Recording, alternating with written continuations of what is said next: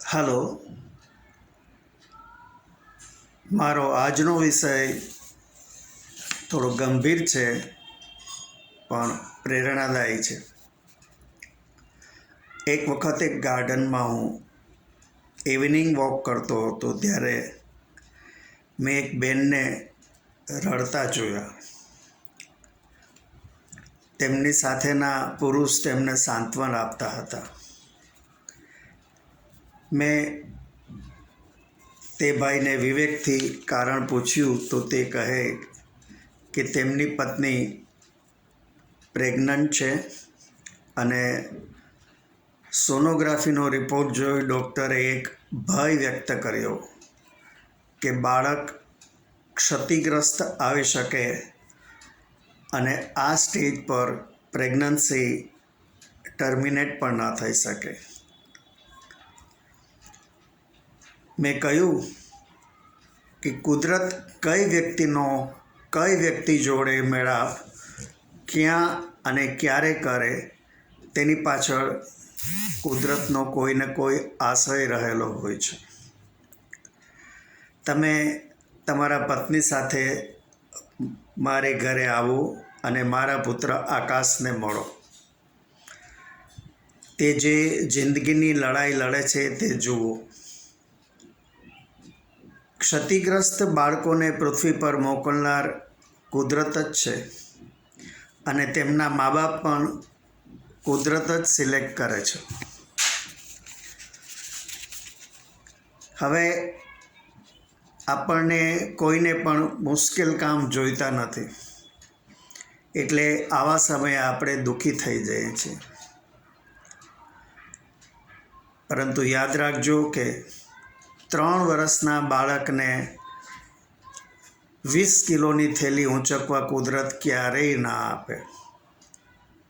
મતલબ કે કુદરત આપણી કેપેસિટી પ્રમાણે જ કામ આપે છે અને હંમેશા આપણી સાથે જ રહે છે.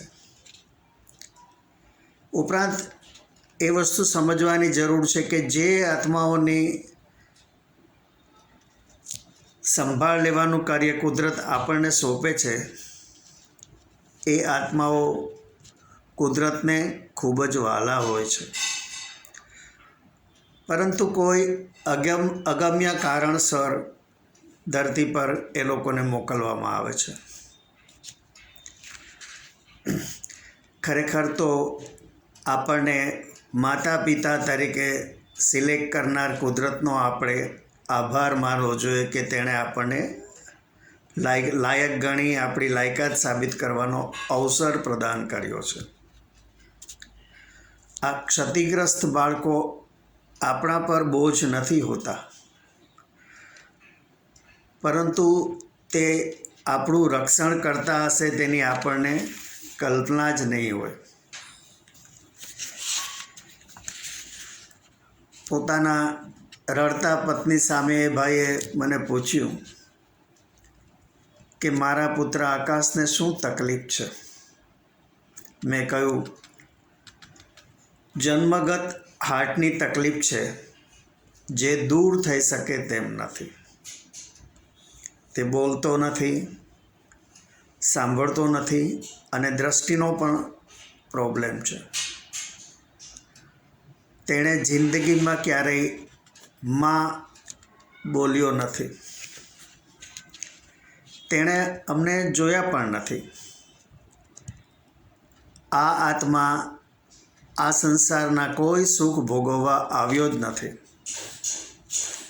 જેણે કાંઈ જોયું નથી, કોઈ બોલ્યો નથી, જેણે કાંઈ સાંભળ્યું નથી, એણે કંઈ કર્મ જ કર્યા નથી.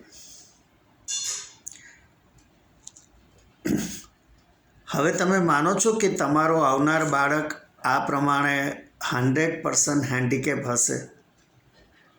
કદાચ એકાદ ક્ષતિ હશે તો બીજી ઇન્દ્રિયો વધારે પાવરફુલ હશે.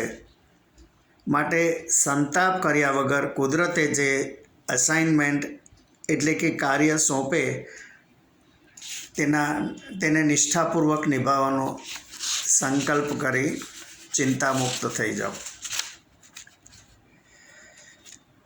મને લાગે છે કે મારી આ વાતથી માનસિક અને શારીરિક રીતે વિકલાંગ અને અણવિકસિત બુદ્ધિવાળા દરેક બાળકોના માતા પિતાને પણ થોડી પ્રેરણા મળશે. આકાશ જેવા પવિત્ર આત્માએ અમને લગભગ 35 વર્ષનો સાથ આપ્યો.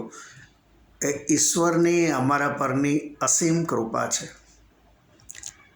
ગમે તેટલી ઠંડી હોય, આકાશ ઉઠીને સીધો નાહવા માટે લઈ જવાની ડિમાન્ડ કરે. તે પોતાનું શર્ટ ઊંચું કરી અને સાઇન આપે કે હવે મને નવડાવો. હંમેશા એણે નાહ્યા પછી જ ચા પીધી છે. તેને માટે રાત્રિ અને દિવસમાં કોઈ ફરક હતો નહીં. ક્યારેક રાત્રે 3 વાગ્યે પણ નાહવા અથવા ખાવાની ડિમાન્ડ કરે. તેને કઈ રીતે સૂઝ્યું હશે કે અમને બોલાવવા હોય તો તાળી પાડવી.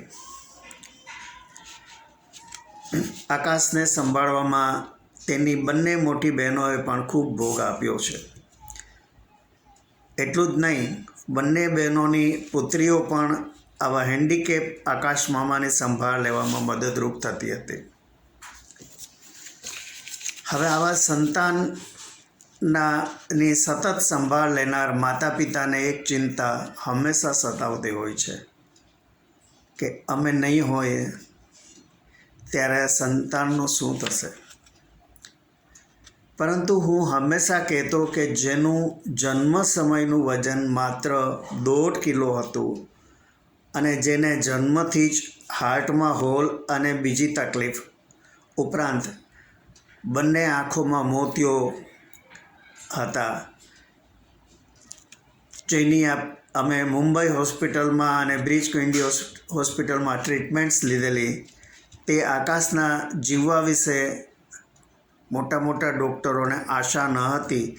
છતાં તે લગભગ 35 વર્ષ આનંદથી અમારી સાથે રહ્યો. તો પછી આપણે તેની ચિંતા કરવી વ્યર્થ છે. તેનું આટલું જીવાડનાર ઈશ્વર જ તેની સંભાળ લેશે.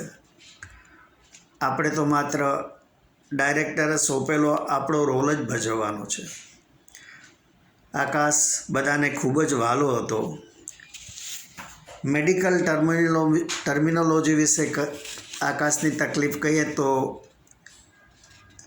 હી was a classic case of rubella syndrome. પ્રેગ્નન્સીની શરૂઆતના તબક્કામાં જો સ્ત્રીને જર્મન મિઝલ્સ થાય તો ગર્ભને ખતરનાક વાયરલ ઇફેક્ટ થાય અને આવનાર બાળકને કેટલી ખામીઓ થશે તે કોઈ કલ્પના બહારની વાત છે. 2 મહિનાના આકાશની આંખનો મોતિયો ઉતરાવવા બ્રિચ કેન્ડી હોસ્પિટલમાં નિષ્ફળ પ્રયત્ન થયેલો. એનેસ્થેસિયા આપતા જ તેનું હાર્ટ બંધ થઈ ગયેલું. મહા મુશ્કેલીએ ફરી ચાલુ કરી શકેલા. ત્યારબાદ 6 મહિનાના આકાશને લઈને અમે 31 દિવસ બોમ્બે હોસ્પિટલમાં રહ્યા હતા.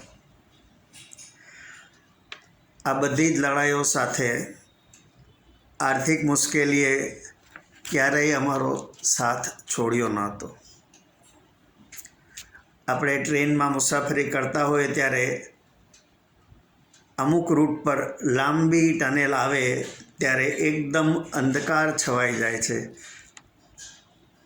પરંતુ ટનેલની બહાર નીકળતા જ ફરી આપણને સુંદર વૃક્ષો, પર્વતો વગેરે જોવા મળે છે. જીવનની યાત્રામાં પણ આવી ટનેલ આવી જાય છે. જિંદગી છે, જીના ઇસી કા નામ હૈ.